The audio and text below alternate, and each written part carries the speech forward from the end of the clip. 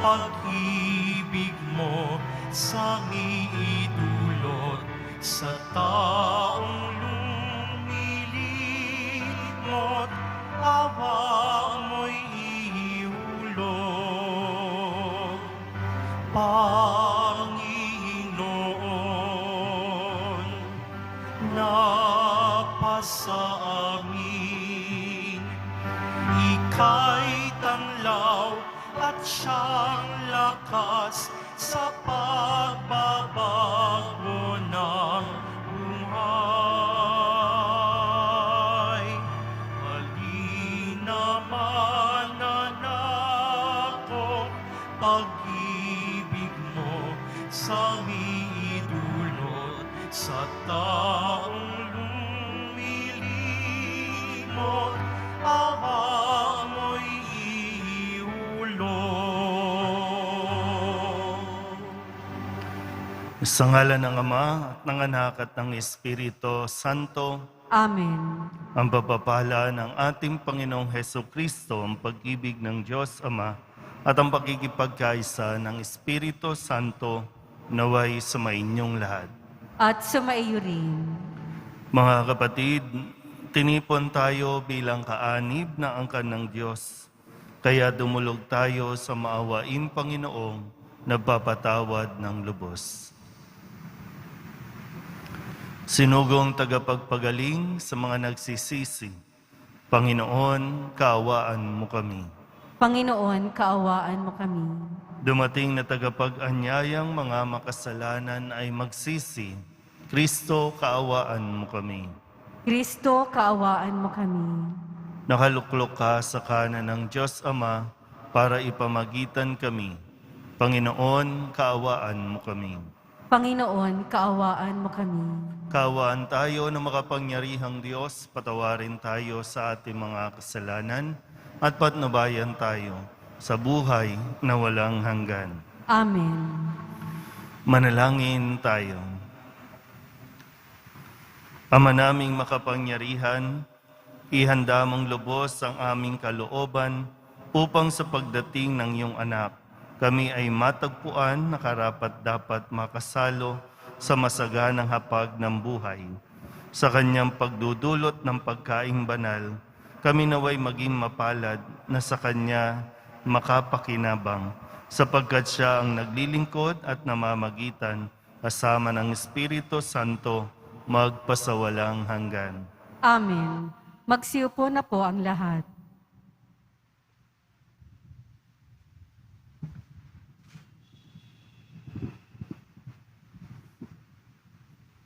Pagbasa mula sa aklat ni Propeta Isaias.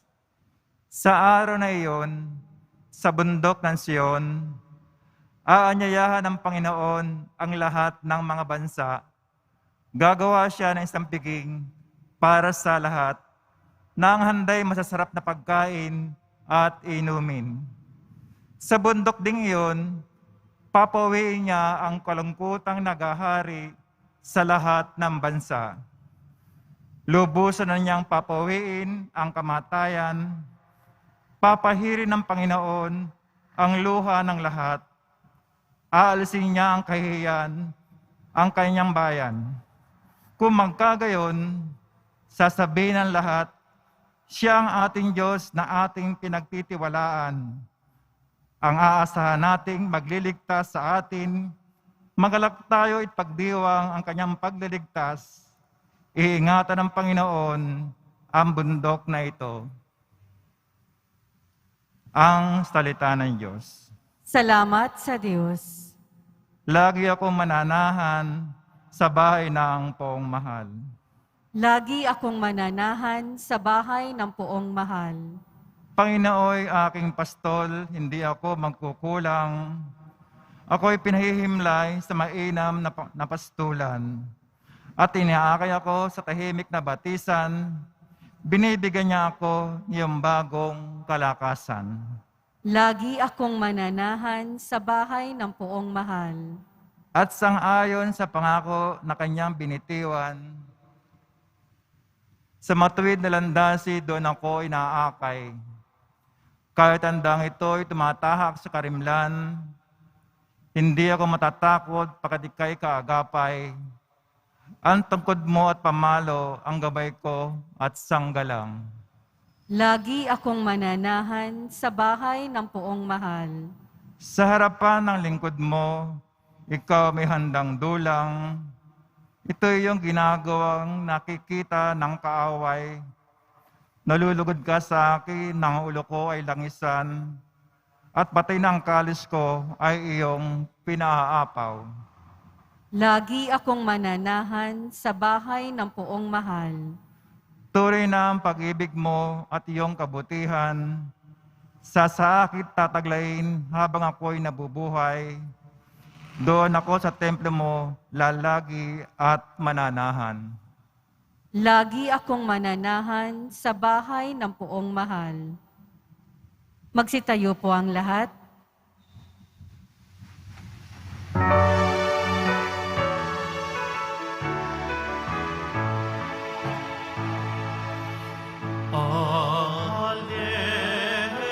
Alleluia, Alleluia,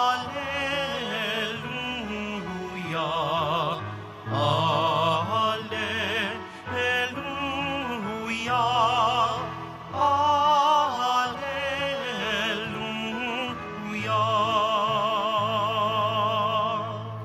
Panginoong nagliligtas,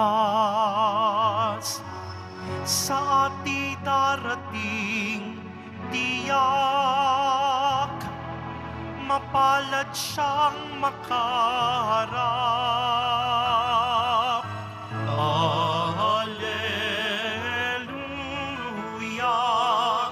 Alleluia, Alleluia,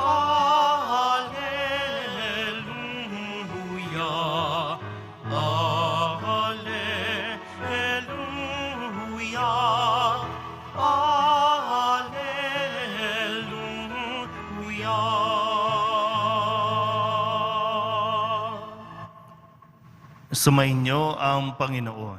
At sumaiyo rin. Ang mabuting balita ng Panginoon ayon kay San Mateo. Papuri sa iyo, Panginoon. Noong panahong iyon, nagbalik si Jesus sa tabi ng lawa ng Galilea, at siya'y umahon sa burol at naupo. Nagdatingan ang napakaraming tao na may dalang mga pilay, bulag, pingkaw, pipi, at marami pang iba.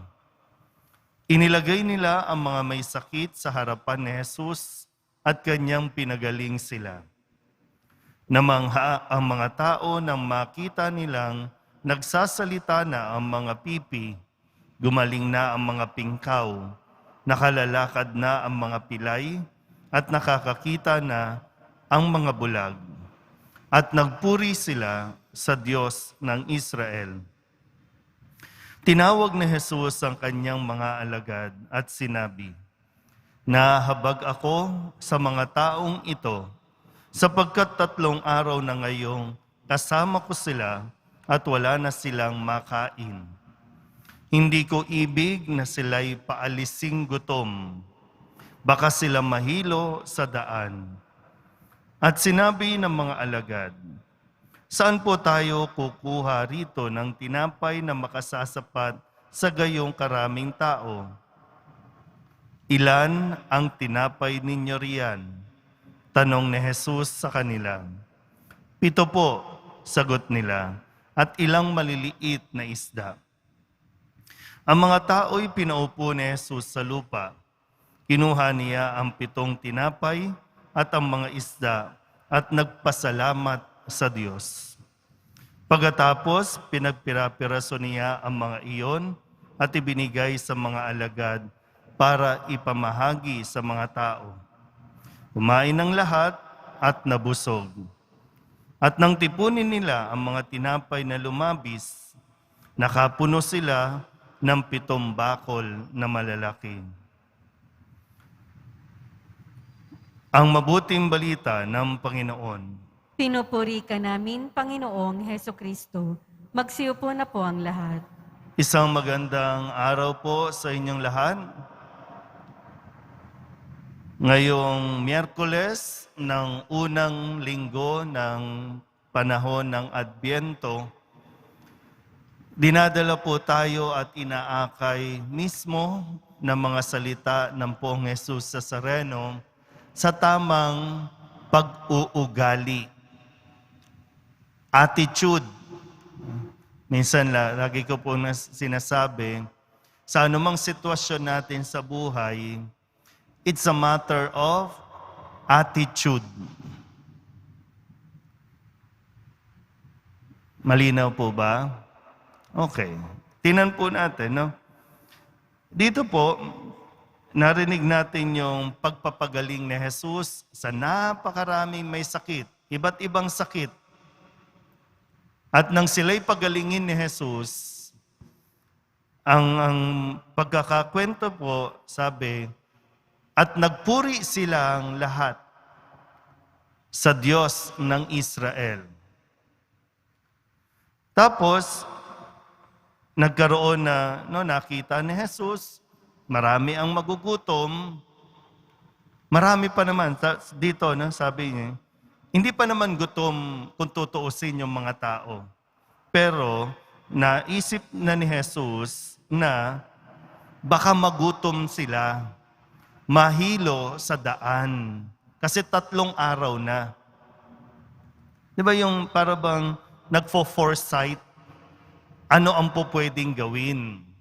Hindi paranoid, kundi yung realidad na 3 araw na silang magkakasama, 3 araw na silang sumusunod, ubos na o paubos na yung pagkain, kapag pinauwi mo sila, another 3 days, parang ganun po, no? Kaya yung tanong ni Jesus, kung ibinabahagi lang naman ni Jesus sa kanila, no? Baka magutom sila kapag pinaalis ko. Pero yung naging reaksyon ng mga alagad, nandoon agad yung namomoblema kasi saan tayo kukuha ng tinapay na sasapat sa napakaraming tao? Sabi ni Jesus, si Jesus laging parang sa gitna ng kaguluhan, nananatili yung kanyang pagiging kalmado. Yung hindi padalos-dalos, yung hindi reactive. Kaya ang tanong lang, anong mayroon kayo dyan? At nung sinabi, eto po, 7 tinapay at maliliit na isda. Anong ginawa ni Jesus? Kinuha, nagpasalamat. So anong mayroon tayo? Tingnan niyo po, anong mayroon kayo? Na dapat ang ugali natin, sa kung anong mayroon tayo, magpasalamat. Di ba? Sabi ng mga matatanda noon, no? Kung anong mayroon, magpasalamat. Huwag puro reklamo. Kasi malulungkot ka lang dahil ang titingnan mo lang kung ano yung wala. At kapag kung anong wala, ikalulungkot mo lang yan. Anong mayroon? No, isip ng mabuti. Hindi dahil wala kang pera, wala na talaga. Anong meron? Meron ka pang kasama. Meron ka pang kapamilya. Bakit mo pinoproblema yung wala? Diba? Parang ang gandang mapagnilayan. Oo nga, no? Very reactive kasi tayo eh. Yung ang bilis-bilis, yung hindi na muna nagre-reflect, yung hindi muna nagninilay. Kasi kung tutuusin, kung anong meron tayo, higit pa yan sa sapat kung matututo lang tayong magpasalamat. Ngayon, tingnan natin sa sitwasyon natin. Sa mga nagtatrabaho po, nagpasalamat ba kayo nang matanggap ninyo kahit papano yung 13th month ninyo? O ngayon, ubus na at nagrereklamo na naman kayo? Nung natanggap ba, nagpasalamat? Paano? Nung may natanggap bang ayuda, nung mga nakalipas na buwan, nung panahon ng ayuda, nagpasalamat ba? O ang reaksyon, kulang ito. Paano to sasapat? Kasi kung, di ba, nagpasalamat si Jesus, doon sa kung anong mayroon, ano nangyari? Nakapuno pa ng 7 bakol, may mga natira pa. So tingnan natin lagi, no, kasi nasa ugali lang talaga natin, sa pag-aasal natin. Kasi kung anong meron, sapat yan para mabuhay ka. Mabuhay tayo. Kung mabubuhay ka higit sa kung anong meron, yung demand, hindi talaga kakasya. Hindi talaga sasapat. Mabuhay tayo sa kung anong meron. Huwag kang mabuhay, parang, di ba, no? Kung ito yung meron ka, mabuhay ka, babaan mo pa ng konti yung lifestyle.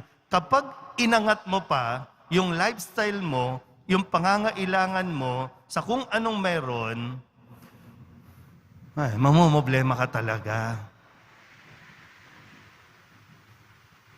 Pupunta ka dito, magdadasal ka, hindi ka nagdadasal para magpasalamat.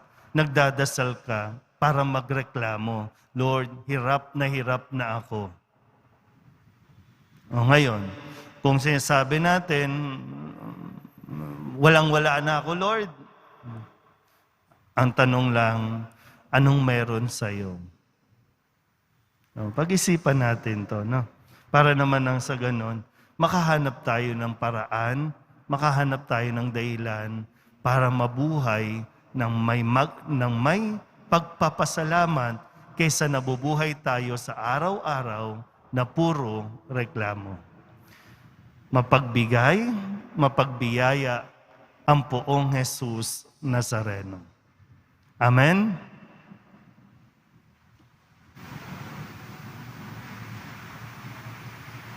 Magsitayo po ang lahat. Minamahal ko mga kapatid, sa himala ng pagpapakain ng 5,000 tao, ipinakikita ng Panginoon na ibibigay sa atin ng Ama ang lahat ng ating kailangan. Hingin natin sa Kanya ang lahat ng biyayang may pagkaloob niya sa atin. Ang ating itutugon, Diyos na nagbibigay sa amin ng lahat, pagpalain mo kami. Diyos na nagbibigay sa amin ng lahat, pagpalain mo kami. Ang mga paring nag-aakay sa atin, naway patuloy tayong busugin ng espiritual na pagkaing nagmumula sa hapag ng Panginoon. Manalangin tayo. Diyos na nagbibigay sa amin ng lahat, pagpalain mo kami. Ang mga pinuno ng pamahalaan, naway makahanap ng mga paraan upang matugunan ang mga pangangailangan ng mahihirap nating kapatid. Manalangin tayo. Diyos na nagbibigay sa amin ng lahat, pagpalain mo kami. Ang mga nagdaranas ng espiritual na pagkagutom, naway matagpuan si Kristo sa kanilang buhay. Manalangin tayo. Diyos na nagbibigay sa amin ng lahat, pagpalain mo kami. Ang mga nagkakatipon dito, naway ibigin si Kristo sa Eucharistia bilang paghahandog niya ng sarili sa maraming tao. Manalangin tayo. Diyos na nagbibigay sa amin ng lahat, pagpalain mo kami. Ang lahat ng yumao, naway makasalo sa piging sa kaharian ng Diyos. Manalangin tayo. Diyos na nagbibigay sa amin ng lahat, pagpalain mo kami. Idulog din natin sa Panginoon ang ating mga personal na kahilingan at mga panalangin para sa ating mga pamilya. Ganon din ang lahat ng mga misang pasasalamat, espesyal na intensyon, mga kaluluwa na hinihiling na ipagdasal sa misang ito.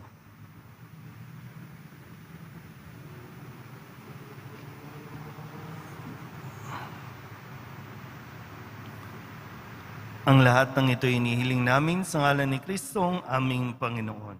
Amen. Magsiupo na po ang lahat.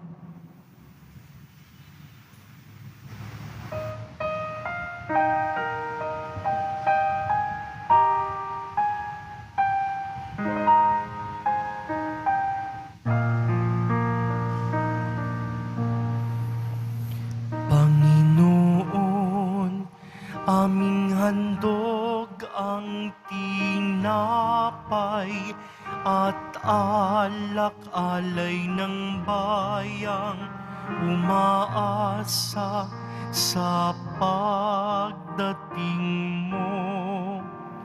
Gayon din aming hinanda ang aming puso upang dito'y manahan ka sa pagdating mo. Magsitayo po ang lahat. Manalangin kayo mga kapatid upang paghahain natin ng kalugdan ng Diyos amang makapangyarihan.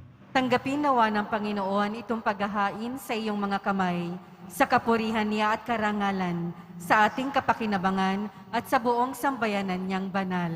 Ama naming lumikha, maihain nawang lubos ang matapat naming paglilingkod sa pagganap sa itinatag ng iyong anak at sa pakikinabang sa iyong pagtubos sa aming lahat. Sa pamamagitan niya, kasama ng Espiritu Santo, magpasawalang hanggan. Amen. Sumainyo ang Panginoon. At sumaiyo rin. Itaas sa Diyos ang inyong puso at diwa. Itinaas na namin sa Panginoon. Pasalamatan natin ang Panginoong ating Diyos. Marapat na siya ay pasalamatan. Ama naming makapangyarihan, tunay ngang marapat na ikaw ay aming pasalamatan sa pamamagitan ni Jesucristo na aming Panginoon. Siya'y sinugo mo upang matupad ang iyong magandang balak para sa lahat. Hindi niya ikinahiyang mamuhay ng mahirap upang mapakisamahan niya kaming matapat. Siya'y naging hindi na iba sa amin upang maitampok niya kami sa iyong piling. Sa kanyang lantarang muling pagdating, ang pakikisama niya'y puspusang magniningning at ang pangako niyang kapanapanabik ay inaasahan naming lubos na makakamit. Kaya kaysa ng mga anghel na nagsisiawin ng papuri sa iyo, nang walang humpay sa kalangitan, kami nagbubunyi sa iyong kadakilaan. Santo, Santo, Santo, Panginoong Diyos ng mga hukbo, napupuno ang langit at lupa ng kadakilaan mo, o sana sa kaitaasan. Pinagpala ang naparirito sa ngalan ng Panginoon, o sana sa kaitaasan. Magsiluhod po ang lahat. Ama naming banal, ikaw ang bukal ng tanang kabanalan. Kaya't sa pamamagitan ng iyong Espiritu, gawin mong banal ang kaloob na ito upang para sa aming maging katawan at dugo ng aming Panginoong Hesukristo. Bago niya pinagtiis ang pusang loob na maging handog, inawakan niya ang tinapay, inasalamatan kaniya, pinaghati-hati niya iyon, iniabot sa kanyang mga alagad at sinabi, tanggapin ninyong lahat ito at kanin, ito ang aking katawan na ihahandog para sa inyo.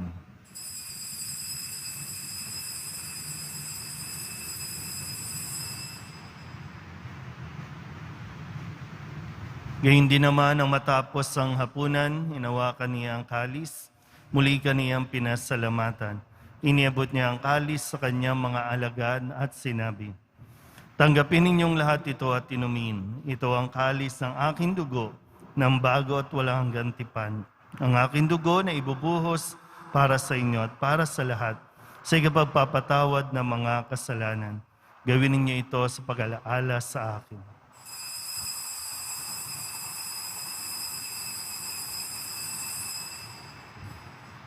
Magsitayo po ang lahat. Ipagbunyi natin ang misteryo ng pananampalataya. Si Kristo'y namatay, si Kristo'y nabuhay, si Kristo'y babalik sa wakas ng panahon. Ama, ginagawa namin ngayon ang pag-alaala sa pagkamatay at muling pagkabuhay ng iyong anak. Kaya tiniaalay namin sa iyo ang tinapay na nagbibigay buhay at ang kalis na nagkakaloob ng kaligtasan. Kami napapasalamat dahil kami iyong minarapat na tumayo sa harap mo para maglingkod sa iyo. Isinasamo namin kami magsasalo-salo sa katawan at dugo ni Kristo ay mabuklod sa pagkakaisa sa pamamagitan ng Espiritu Santo. Ama, lingapin mo ang iyong simbahang laganap sa buong daigdig. Puspusin mo kami sa pag-ibig kay San Francisco na aming Papa at ni Jose na aming Obispo at ng Tanang Kaparian. Alalahanin mo rin ang mga kapatid naming nahimlay na may pag-asang sila'y muling mabubuhay, gayon din ang lahat ng mga pumanaw. Kawaan mo sila at patuloyin sa iyong kaliwanagan. Kawaan mo at pagintapating kaming lahat na makasalo sa iyong buhay na walang wakas. Kaysa ng mahal na Birhen Maria na Ina ng Diyos, ng kabihak ng puso niyang sa San Jose, kaysa ng mga apostol at ng lahat ng mga banal na namuhay dito sa daigdig ng kalugod-lugod sa iyo, may pagdiwang nawa namin ang papupuri sa ikararangal mo sa pamamagitan ng iyong anak na aming Panginoong Hesukristo. Sa pamamagitan ni Kristo, kasama niya at sa Kanya, ang lahat ng parangal at papuri ay sa iyo, Diyos amang makapangyarihan, kasama ng Espiritu Santo, magpasawalang hanggan. Amen, amen, amen, amen.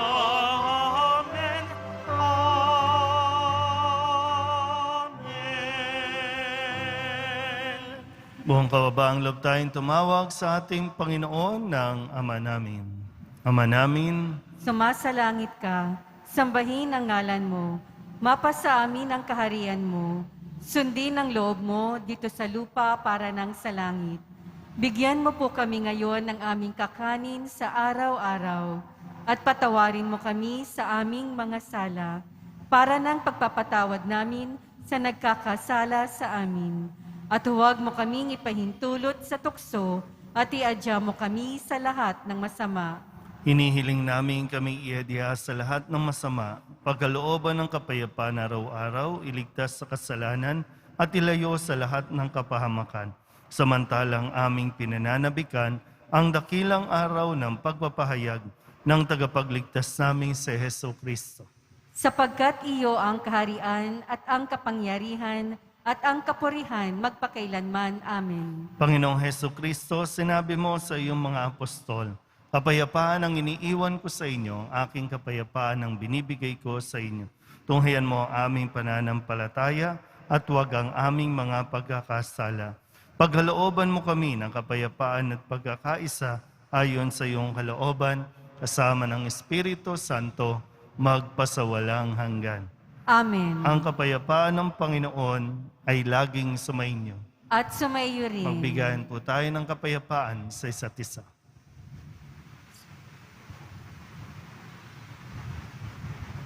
Kordero ng Diyos na nag-aalis ng mga kasalanan ng sanlibutan, maawa ka sa amin. Kordero ng Diyos na nag-aalis ng mga kasalanan ng sanlibutan, maawa ka sa amin.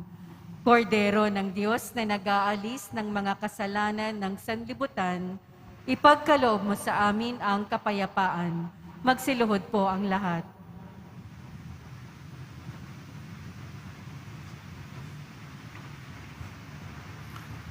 Ito ang kordero ng Diyos.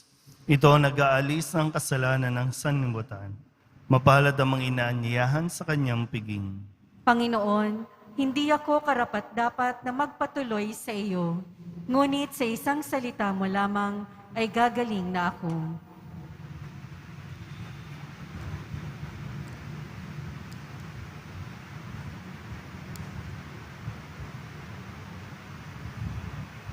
Katawan ni Kristo, Amen.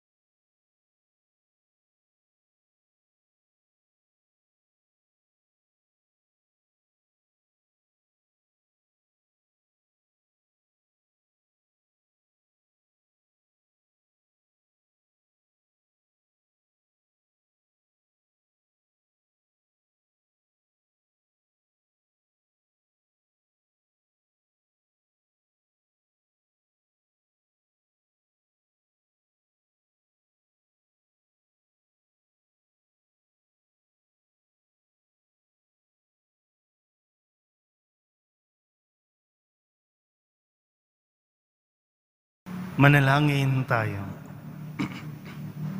Ama naming mapagmahal, ang pinagsaluhan namin ngayon sa ikapagpapatawad ng mga kasalanan ay magpagindapat nawang kami maging handa para sa Pasko ng pagsilang ng iyong anak na siyang namamagitan kasama ng Espiritu Santo magpasawalang hanggan. Amen.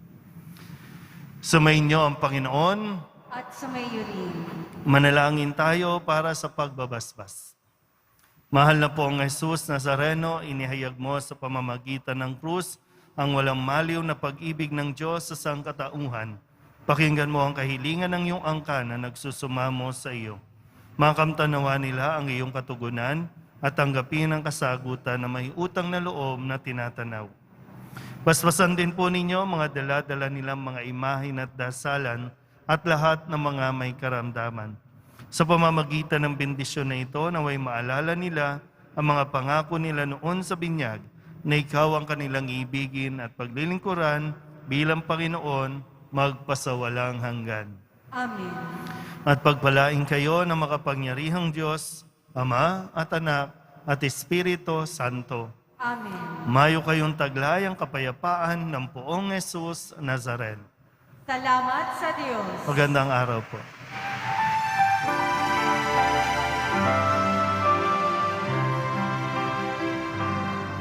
Nuestro Padre Jesus Nazareno, sinasamba ka namin,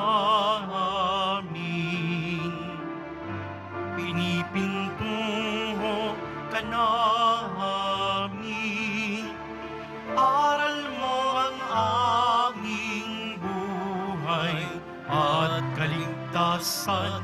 Nuestro Padre Jesus Nazareno, iligtas mo kami sa kasalanan.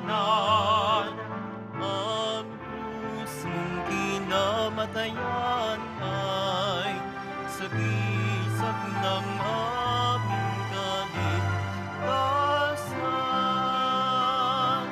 Nuestro Padre Jesus Nazareno, inarangal ka namin. Nuestro Padre Jesus Nazareno, nilulwalhati ka namin. Nuestro Padre Jesus Nazareno, inarangal ka namin. Nuestro Padre Jesus Nazareno, nilulwalhati